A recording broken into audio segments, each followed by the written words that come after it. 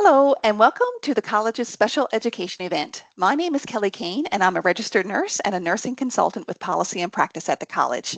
Today we will be walking through what registrants need to do in order to renew their practicing license in Alinity. I'd like to welcome Brad Walsh, who is the Director of Registration at the college, as well as Julie Wells, who is the Registration and Policy Officer at the college and the lead for Alinity. Thank you both so much for taking the time to go through renewal of a test registrant in Alinity. Brad and Julie, I know that you've both been very busy recently preparing for the renewal, and as of January 16th, 2025, renewal is now open. And we encourage registrants to renew as soon as they can, but the administrative deadline for renewal is March 1st, 2025, which is not different from previous years. And we will talk about CCP as you walk through the renewal process and some of the key changes that have been incorporated this year to assist registrants with meeting their CCP requirements. Brad, I'll be turning it over to you now to walk us through step by step of what a renewal application looks like in Alinity. All right, thank you, Kelly. So myself and Julie will sort of tag team on a number of different things related to Alinity. This is our second year with Alinity and doing licensure renewal. So it is a system that you have all been at least once to walk through. So we're going to highlight some changes and key critical reminders for you as you prepare for this licensure renewal.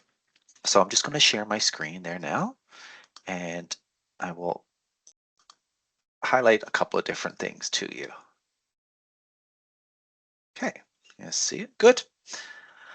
All right, so here I'm on the college's homepage, and everybody would have received an email yesterday or on the 16th of January telling you that renewal was open. So you can link to the college's website and our Alinity portal through that email, or as well, if you go to our homepage, you will see up in the top right-hand corner the member portal. I'm just going to quickly highlight that on the web page as well, we have other critical information as it relates to licensure renewal. So under the registration and renewal section, we have a couple of different pages. So renewal is its own tab. So if you click the plus sign here, you will see information about licensure, practicing license renewal. So if you're renewing a practicing license, we have some information here, an overview of the process, as well as if you're renewing a non-practicing membership. The information as it relates to that renewal is contained here. We also have a frequently asked questions section where you can open the accordion to get more information about what is the licensure fee for the year? The fee is the same as it was in previous years. So all that information is available to all registrants as you go through your renewal and you prepare. So you can get to the member portal, as I said, by clicking on this button here. We're going to be using our test site today, which looks identical to our live site. It's just maybe a different color. It will be the only key difference here. So we're at the login to the Alinity portal, or a member site. So we're going to be logging in with one of our test records. Okay. So your login is your email address that's on file with the college. It's not your registration number. It's not your name. It is the email address that it's on file. So you should be using an email with us that is an email that you check regularly. Should your email address change, there is a process for you to update that information with the college. Just bear with me for a moment while I log in.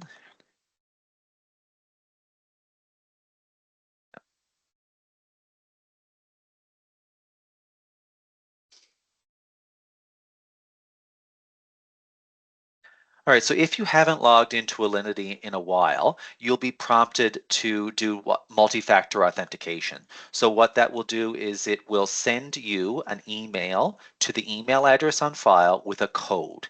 That'll be a 5 to 6 character code. So you'll have to check your email address and then type in or copy and paste that code into the field that will pop up to display to you.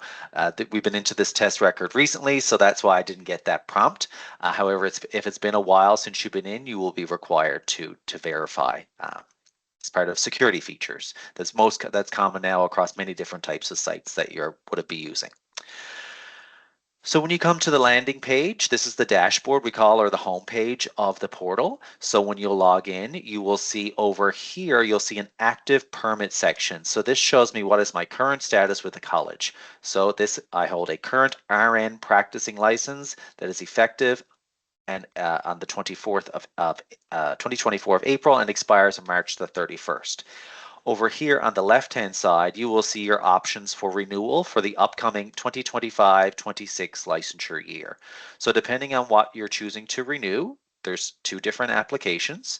So you'll either renew a practicing license or non-practicing membership. Should you wish to resign your membership as you're retired or moving out of province or another reason, and you know you will not be practicing as of April 1st, and you do not wish to hold a non-practicing membership, you can complete the inactive or resign in good standing declarations. So you'd click into there to resign your membership effective up until March the 31st. So you'd be inactive as of April 1st. If you're inactive, you are not able to practice as a registered nurse or a nurse practitioner. So, but for the purposes of today's session, we're going to be renewing a practicing license. So I click on renew. That's going to open up the application, and the application is going to be in 3 separate steps. However, before we get to that step, we have a landing page where we have provided critical information as about your renewal. So we ask you to carefully read through this section, as there are links to a number of different documents, information about CNPS, which is our Canadian Nurses Protective Society professional liability protection that you'll need in order to renew your license. So take your time, read through here, and open up any links to documents or fact sheets that will help you prepare for your renewal and answer any questions you might have. I'll just highlight here quickly that there's a number of key changes this year as it relates to your employment information. Once we get to the employment step on the application, I'm going to have Julie talk about those changes to you. And it links to some key documents if you want to learn more information. And those links are going to be on the employment step again, so you will see them later as well. Okay, so I read through all the instructions. I'm ready to go. I'm going to go to my next step, and that's going to open up the application. So as I said, there's 3 steps across the top: a profile update, your continuing competence program requirements, and then renewal, where there's declarations and the confirmation of your CNPS liability protection. And those are the 3 steps. So we're going to walk through those now.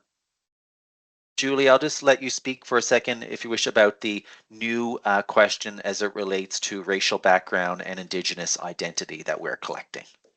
Okay, so as Brad alluded to, we do have some new questions and options on renewal this year, and it's all related to changes from CIHI, which is the Canadian Institute for Health Information. So we do have an agreement with them to provide data. It's actually with Statistics Canada, to provide data to CIHI annually on the nursing workforce. And they this year they updated their definitions, and it's called a minimum data set, so it outlines the fields and the options that we're supposed to collect. So they did add 2 new questions around Indigenous identity and race, and the reason why they are collecting them is to help address inequities in the healthcare system by supporting equity initiatives, workforce planning, and measuring any potential impacts of bias and discrimination in the workforce, with the goal of promoting diversity and cultural safety and improving outcomes for both patients and providers. So the questions are not mandatory, and you can select prefer not to answer if you don't want to disclose that information. So Julie, if I was doing this and I just skipped it, that's fine. That's fine, like, yes, because yeah, they're not okay. mandatory. If you leave them Okay. blank, you won't get an error. Okay. Thank you, Julie. So here is the information as it relates to the college. So you should always read over your information, your personal information, to make sure that there's no changes. So changes could be you've had a change in name. There's a process to upload a document should you have changed your same particular your last name, marriage certificate, or another legal change of name document. You can upload that right to the application. Any changes in name would require your application to what we call is go in admin review. After you submit it, registration staff have to look at it, look at that identification, make sure it's all legit before they actually change your name in the system. So you can do that there. You can also update your address, and there's a section of the regulations. So regulations are a piece of our legislation that govern nursing practice, and in particular the regulations are all around the requirements as it relates to registration and licensure. And there's a section of the regulations that do say that you must notify the college of a change in name or a change in address within 30 days of the effective date of that change. So you can update any of this information, your address, your name, throughout the course of the year. Don't wait for renewal for those things. You can do that by doing a profile update in the system at any point in time during the year. Okay. Your education, you're reviewing that. So if you've obtained new education since you did last year's renewal, let's just say you've done a master's program, or you did another degree, or you were diploma prepared RN and you went back to school and did your post RN to BN degree. You can add additional education by clicking the add button here, and then you'll be required to enter information as it relates to the designation, the school you attended, and your date of graduation. Other jurisdictions. So if you are licensed in another jurisdiction in Canada or the US or anywhere in the world, you're required to enter that information on your application to the college. Okay, so you would be able to add a jurisdiction by entering your registration number, for example, and then putting in the name of the jurisdiction where you are licensed. Okay, if you accidentally open a box such as this and you're, oops, I didn't mean to do so, there's a little trash can here that you can click to exit out of there, okay? And that will delete that section. So the next section is the employment. So I'm going to turn it over to Julie again to give us a little bit more information about the changes that CAHI put in place this year as it relates to employment information. Great. Thanks, Brad. So again, these changes are related to the new minimum data set, data dictionary from CAHI that we're implementing. And previously, we had fields such as area of practice, and the responses were specific to nursing. So it could be community health would be an option. This year, with the new data set, the definitions are across all of the healthcare providers. So they're doing that in order to make it comparable across professions. So you will see new areas of practice and new positions that could be selected by a nurse or a physiotherapist, or they're greatly expanded, as you can see from the box there that Brad has open. The options are quite extensive, much broader than what we had previously. But those fields are required, so you will have to choose something. And as Brad said, the little blue question mark there next to the employment role in the practice area will give you the same link that was on the landing page that will actually provide the definitions from the CAHI data dictionary. So if you're not sure which one is closest to your position or your role, then you can look at those PDFs and select one from the list that best matches what you're currently doing. All right, so thank you, Julie. So yeah, just to highlight, everyone this year will be also required to update this field here, which is your employment status. So, and CAHI has also extended the options under this area as well. So I'm just going to say I'm employed. Could be part-time, full-time, casual. This for the employment status, it's employed. All right. I'm going to then, yeah, my employer hasn't changed. For example, for this test record, I'm employed at the Health Sciences Center here in St. John's. So I can also required. Last year was the first year that registrants we moved to a self-report of practice hours, meaning the employer no longer, we received submissions of the practice hours that a nurse, an RN, or an NP had completed. RNs and NPs now are expected to keep their own personal records of their practice hours and then report those on their renewal. And this is what all other regulators across Canada as well do with the self-report of hours. So it puts us in line with those other jurisdictions. If you want to learn more about how do I report and keep track of my hours, we have a fact sheet. So you can click on that link right in there, goes to our fact sheet, which has information about how many hours do I need, how do I calculate my hours. We give you some examples. What if I'm not eligible for a license? So if you have any of those questions, please refer to our fact sheet. So I'm going to say, for example, I work full-time. So full-time is about 1,800 hours a year, but you should be referencing your own personal records. You don't want to include any annual leave or sick time. So I kept my own personal records, and I worked 1,650 hours with this employer for the year based upon my records that I kept. So, and as Julie had mentioned, with the CI changes, there will be some new information that you have to enter. So it carried over. Last year, I reported I was with this employer, Health Science Center, full-time, and preferred employment type. So I'm full-time because I want full-time employment. And then employment role. So I'm going to say for this one, I'm a staff nurse up on oncology for North A. Okay, so staff nurse now aligns with the direct care provider.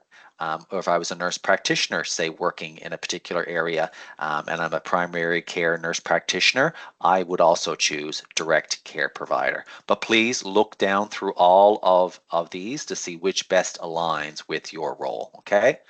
So direct care provider, area of practice, I'm going to say it's oncology that I work in. If you happen to leave an employer during the year, you stopped working with one employer and you started with a new, you will need to enter a leave date with that employer, which then allows you to still self-report the hours you have accumulated with that employer up until, say, July 31st, I finished with this employer. I can then still self-report the hours I worked from April 1st to July 31st. And then you can go and add a new employer. So I'm just going to quickly show you how to add one. So I'm also going to say I'm working with, let's just see if Ben's comes up. Yep, Ben's Medical Aesthetics, or yep, Ben's Surgery Spa. So as an example, if your employer was not there in the system, this text box down here allows you to then enter the information, which you have to enter the name, the address, location, and phone number of that employer. So then we can then enter it into our system so that others would be able to identify or choose that in the future. Okay, so I'm going to say with this employer, I'm casual, and I'm casual as I wish to be casual. I'm going to say for this one, I am a researcher. Area of practice is research. It's anywhere where there's a red asterisk, that means that you have to enter information in there. So I started with, I'm going to say I started with this employer only in January, 2 weeks ago. So 2025, and I started on January the 2nd, and then there's a couple of questions again that's required. This is a new question that we're collecting for CI's purposes. Is this organization a staffing agency? So no, it is not a staffing agency or travel company. So I answer no. And then I've only worked 15 hours with that employer, for example. So I'm going to enter that information there. You can add multiple employers. You're not limited in, say, only adding 2. You can add as many employers, nursing employers, as you have. And again, they should only be nursing employment that you're entering. Okay. Right, I think you might have missed contract type up there. I think Oh, there was a thank star you. by it. Yeah. So I'm actually gonna thank you, because that's a good tweak too.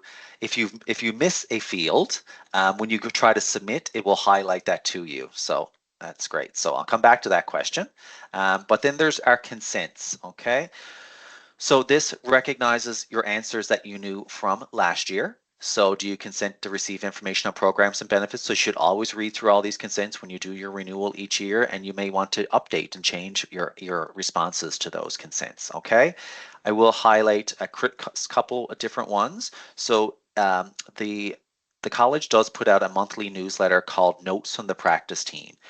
We only send that information or that newsletter to individuals who have consented to receive it.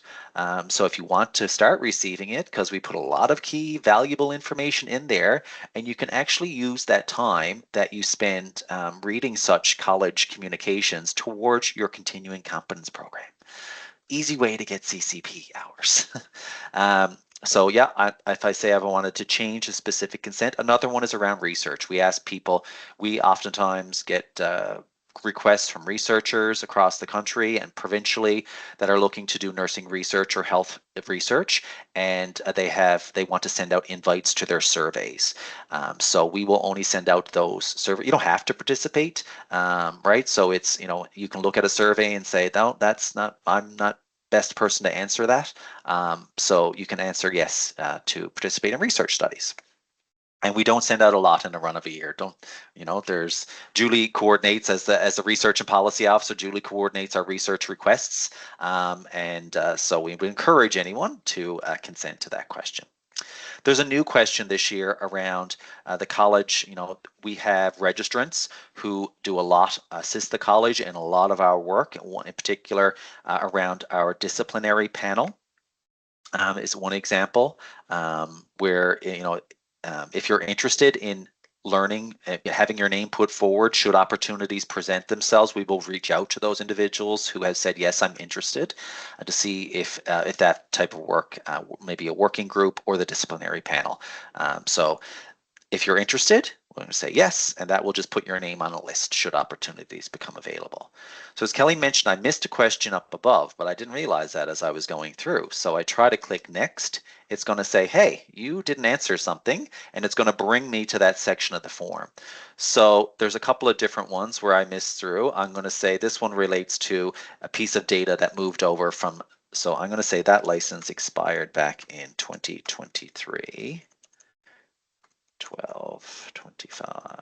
Okay, now, and if I try to do, it highlighted another area here. This was one that Kelly pointed out to me. So contract type under employer. This is a new required field as well from High around contract type. So I think probably a lot of individuals would be a permanent employee or maybe a temporary employee of an organization, or if you're self-employed, then this is where you'd enter self-employment as well. Okay, so it highlighted, you missed those sections, Brad, please fill them in. So I'm going to say I'm a temporary employee for this one. And now I should be able to proceed to the next step, which is my CCP. All right, so our continuing competence program. So as you know, our CCP program generally is 24 hours of learning activities that a registrant has to complete during the licensure year in order to renew their license. All right, so would encourage individuals to have your CCP completed before you start your renewal, and to log your CCP before, you would go up here. When you log into the portal, you'll see a My Learning section. This is where you will add your CCP. However, if you have decided to wait, and that's a personal choice, you're going to enter all your CCP at the same time that you do your renewal, you can log your CCP right on this section, step 2 of your renewal application. So there's some critical information here. I don't know if there's, Kelly, I don't know if you want to highlight anything as it relates to the CCP critical pieces for people to know, or? Well, I guess we're not talking about reinstatement within this section, but I will highlight that reinstatement. I do get a lot of calls with respect to reinstating. People, may have previously logged some learning before they open up their reinstatement application. We did turn off My Learning for people afterwards, but if you did log some learning into the My Learning tab, and you're trying to reinstate and you want to take that learning, you have to reach out to us because that learning needs to be logged into the reinstatement application directly. So that was just one thing that I do receive a lot of practice calls. And I also get a lot of practice calls related to the 20 minutes of inactivity. as well. So a registrant may be in, typing away, logging away some education. And then when they go to log back in and that's all gone. We do encourage there is a 20-minute timeout. And when you hit save or submit, make sure you're looking for that green confirmation to say that, yes, this has been saved successfully.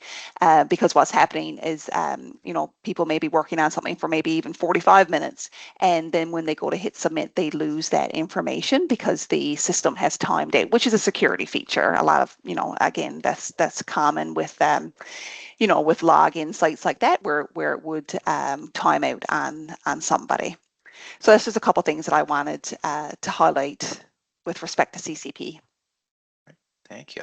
So you'll see on this test account, we have already logged some hours. You'll see here at the top the total number of required hours to complete. The vast majority of registrants would have 24, but let's just say you're a brand new registrant to the college and you only got your license in June of this current year. Your CCP will be prorated at 2 hours per month for each month you're licensed, right? So you'll have to do 12 hours, and it will update as you log each section. All right, so for this test account, you're required to put in your completion date, your hours, your minutes, the description of the activity, and your immediate learning impact. Okay. Brad, So oh, sorry. yeah, I just wanted to highlight as for the character limit as well. So that was something that was in place last year as well, but it wasn't reinforced. So the system did allow registrants to go beyond the maximum characters. The system will not allow that this year. So if you have been logging and you've been hitting save for later, the system hasn't been doing that check for you. So what we're finding now is people are trying to submit and now they have errors and they're not sure where that is.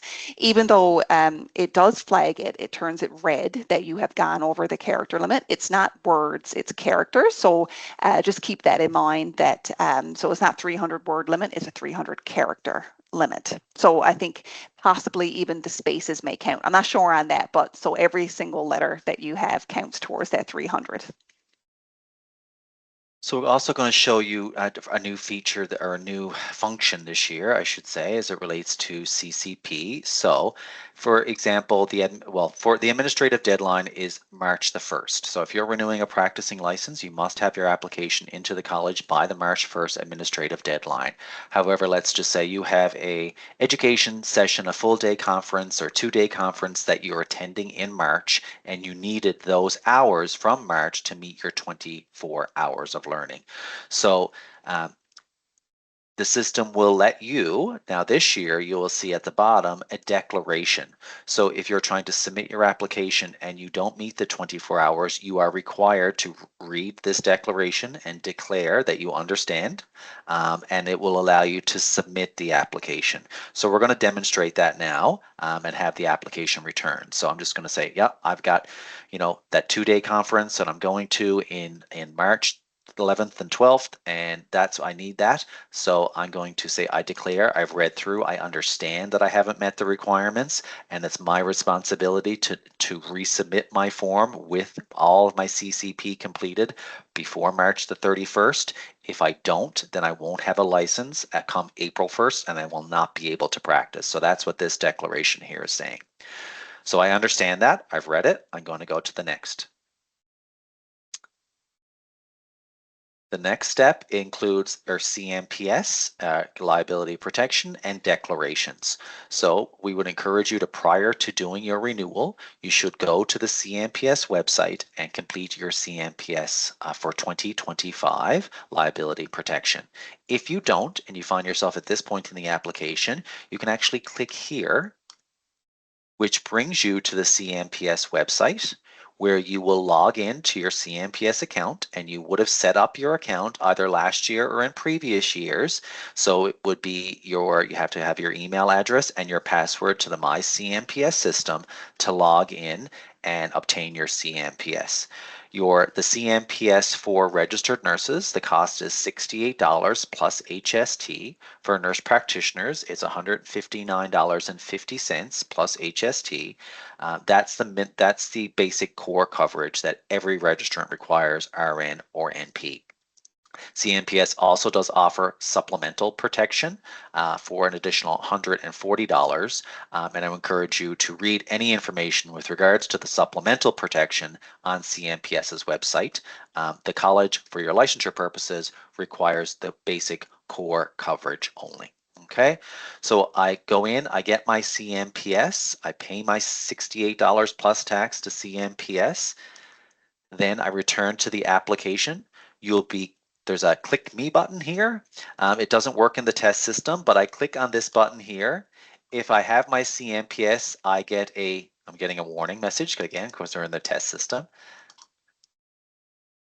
If I had my CMPS, I would get a green message here that confirms I have CMPS coverage, and it's super quick. It takes a matter of a couple of seconds that it captures that information from system to system. If I haven't done my CMPS yet, I will get a red message that says we cannot confirm your CMPS coverage, and you will not be able to proceed past this step. If you found yourself at that point and you've done information up to so far, you can always scroll to the bottom and click Save for Later and come back to the application at once you got your CMPS done, or the next day you want to finish that off. It will save your information. Okay. So CMPS, and then there's also some good standing declarations. These are questions that we ask that are required under our legislation. If you've been convicted of a criminal offense that you have not previously disclosed to the college, if you say yes to any such questions, you're required to provide additional information, and the college will follow up with you regarding this question. So I'm going to say no.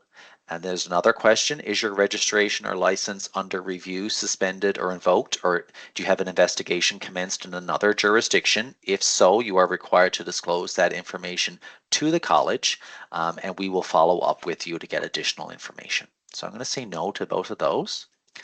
And then there's our declaration. So carefully read through each of these declarations because you are required to acknowledge them and accept them.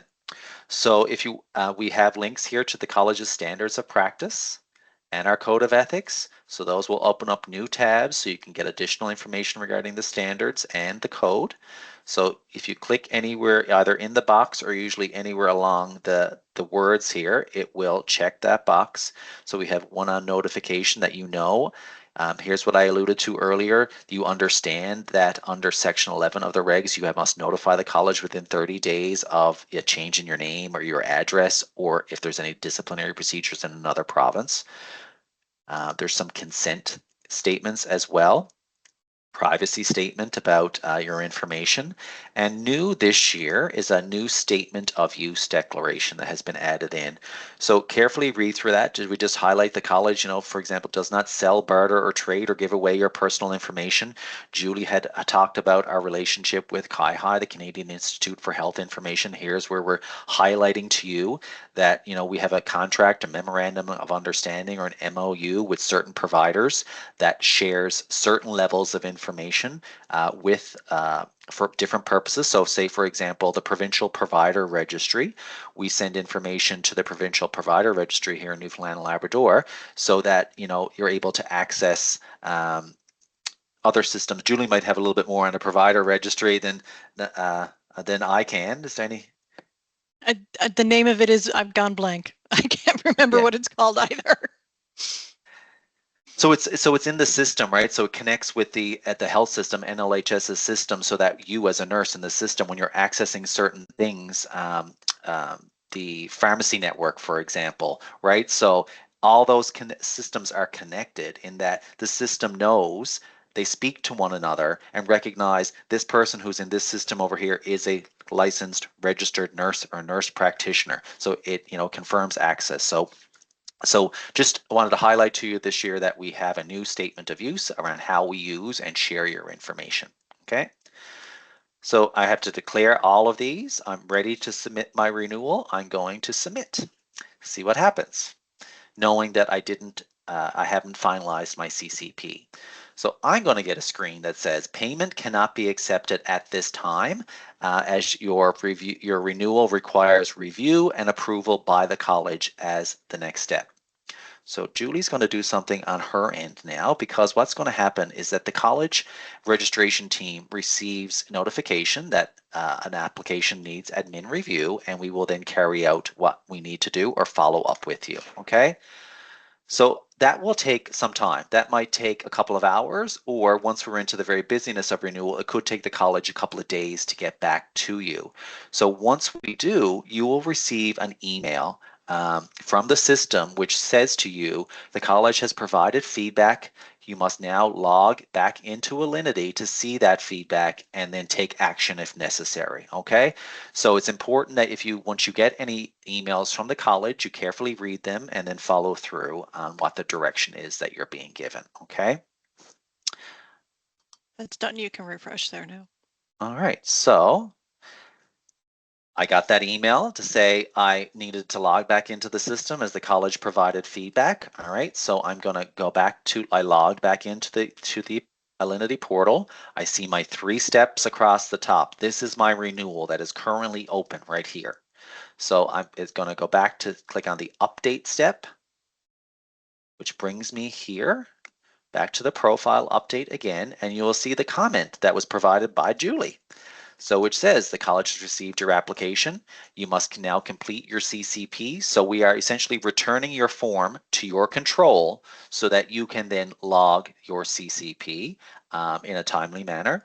So I now have completed my 2-day conference. It's now March the 14th. I've done my conference. I will now have to go back in and update that information.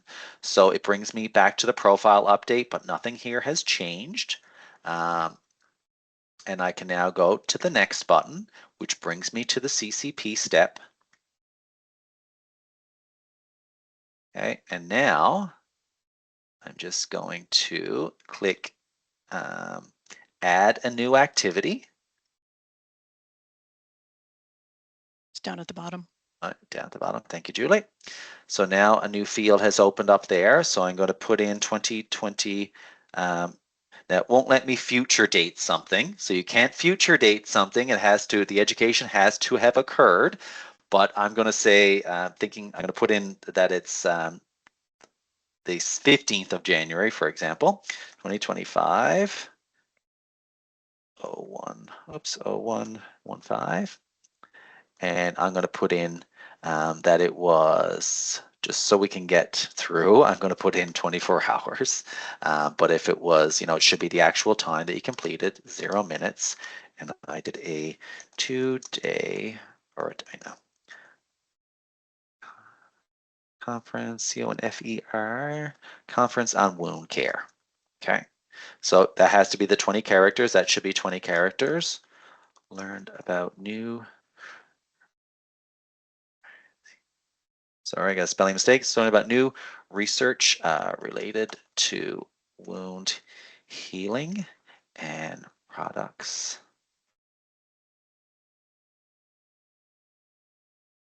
Here, this will.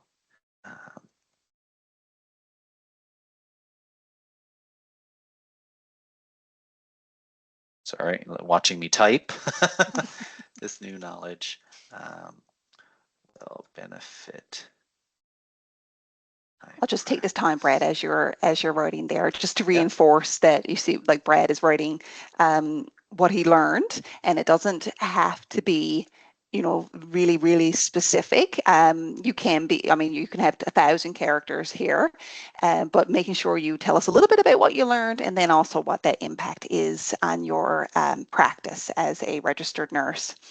And I just want to reinforce too, Brad, because I know we went through this renewal assuming that you needed the learning that you did in March. So the March 1st administrative deadline remains unchanged. So even if you had a conference you were attending in March, you would still go in before March 1st to complete, step one and submit that renewal application, knowing that you have CCP. But truly, it is meant for those who do have those like conferences that are really relatable to their and it has such a good impact on their practice, and they want to use that. It's the general rule that those 24 hours of learning should be completed before March 1st, and you can get your entire application in. It is meant for those people. We did hear from some registrants who really wanted to include some of those. It could be a conference that always happens in March, and it's directly related to the area of work, and they really wish that they could include it. So that's what this was. Alinity was able to do that.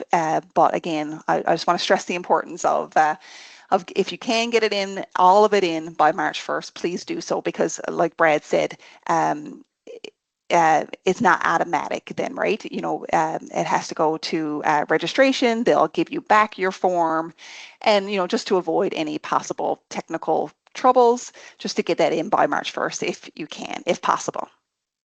So I would just say I've just looked at my own CCP learning that I have to complete as a registered nurse as well. So if you've kept some of your own personal records, you can copy and paste into these sections. You don't have to actually type in. So I just copied some of my summative evaluation from another screen, and I can actually paste that right in here. Okay, so if you've kept your own records and Word documents or other documents, you can copy and paste that information in there.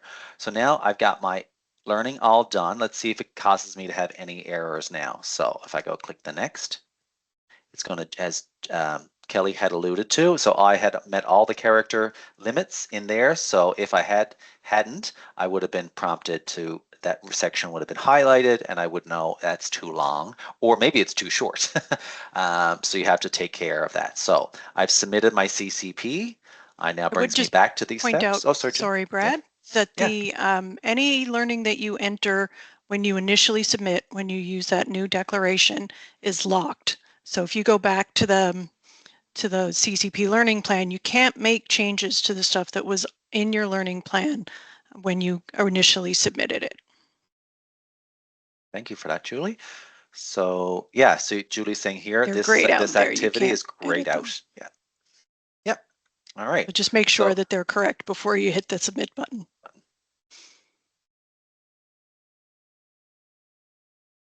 All right, so it brings me back to this step. If my CMPS had been confirmed already, I'm not going to have to do that again. It recognizes that those steps have been done. It recognizes my answers that I had already previously been given.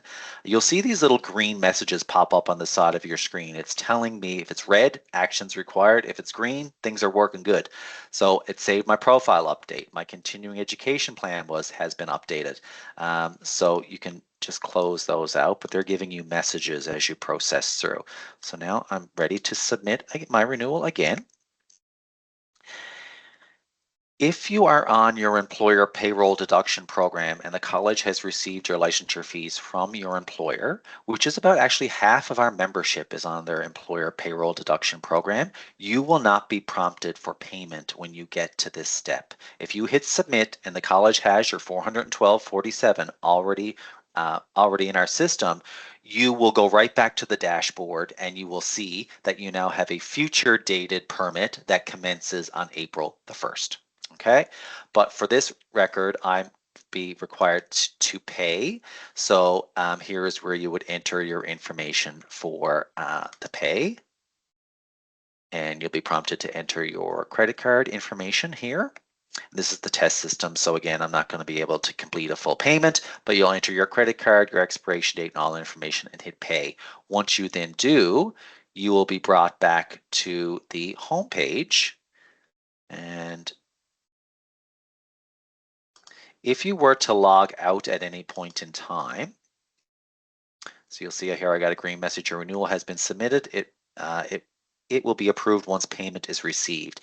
Any outstanding invoices that you have money owing to the college, you will see in yellow under the My Invoice section on the landing page of the Alinity site. Okay. So I don't know if you can do that payment on your end, Julie. Yep, I was just waiting. Okay. So Julie's going to, in the test system, say that that invoice has now been paid. And I've refreshed my screen, and now it shows me under the active and future permit section that I have an RN practicing license that is effective on April the 1st, 2025 and expires on March the 31st of 2026. I'm also going to take you to our member portal, or sorry, our member search or our online public directory. And You have to go to the test one. yeah, thank you.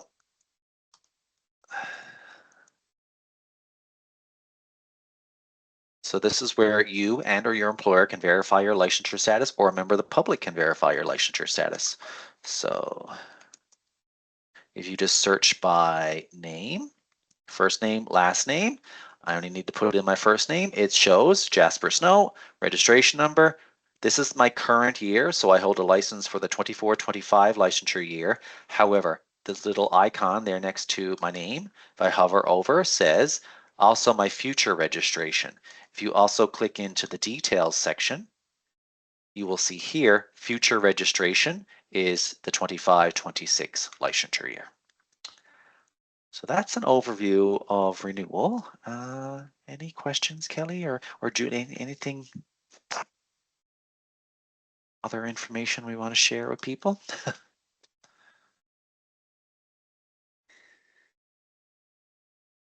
I guess it would be to reinforce to you know, to get it done as soon as you can and get it off your plate, to do that just in case there is any issues. But Brad, like you said at the beginning, being the second year now, you know, registrants are getting used to Alinity, and you know, the big change in the CCP, or the big thing that's being reinforced now, is that character limit. So you know, just making sure you keep it succinct and clear about what you learned and that impact on your statement, or the impact statement. Make sure that is included, because the audit will be beginning after, you know, after April 1st. We're not sure exactly when, and that's the things that we'll be looking for when we do that audit. We'll be looking for what the new knowledge was, and then what that impact is on your practice.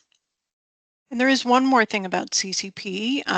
After your license is, your renewal is approved, you can go back in if you want to continue to log CCP, to put it in your log.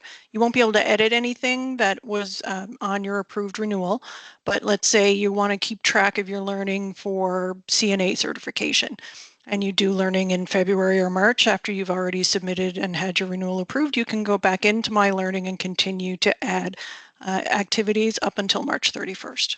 It's a good reminder. Yeah, thanks for that, Julie. Yeah. So as I said, the college, you know, check the practicing page, non-practicing renewal page, or FAQs. We will update our FAQs if we're starting to hear something that is not addressed in the FAQs. We can update those at any time.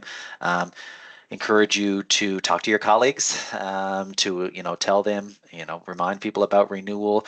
We are here. You can call the college. You know, during renewal it does get busy, so you may not get somebody immediately, but if you leave a message, phone message, we will certainly return your call within a matter of a couple of business days. As well, you can always email registration@crnnl.ca and with your questions. And we will respond to you. Sometimes if people are having issue or difficulty, what we might say is we ask people to take a screenshot of what they're seeing so we can help further guide you and best answer your questions. So all of our contact information is on the website, so you can reach out to anyone on the registration team and we will follow up and try to assist you. That's wonderful. Thank you so much, Brad and Julie, for that walkthrough. I think it was, you know, is very clear, and it seems very straightforward. So yeah, thank you so much for taking the time to go through that with us today. Thank you, Kelly. Thank you, Kelly. All right, take care. Okay.